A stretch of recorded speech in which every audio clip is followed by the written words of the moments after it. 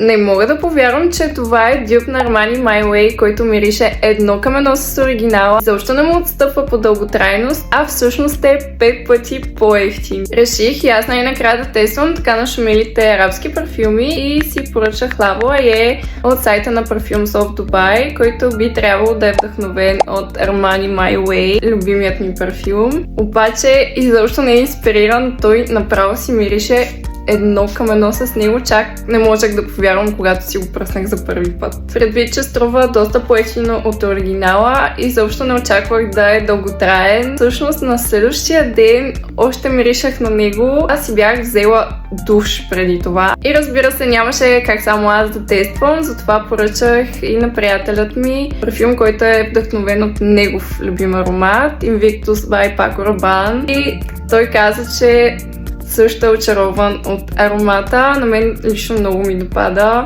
Общо взето е идеален за лятото. Ако не ми вярвате или се чудите за аромат, може да ги посетите на улица Граф Игнатиев 37. Или може да си ги поръчате на техния сайт.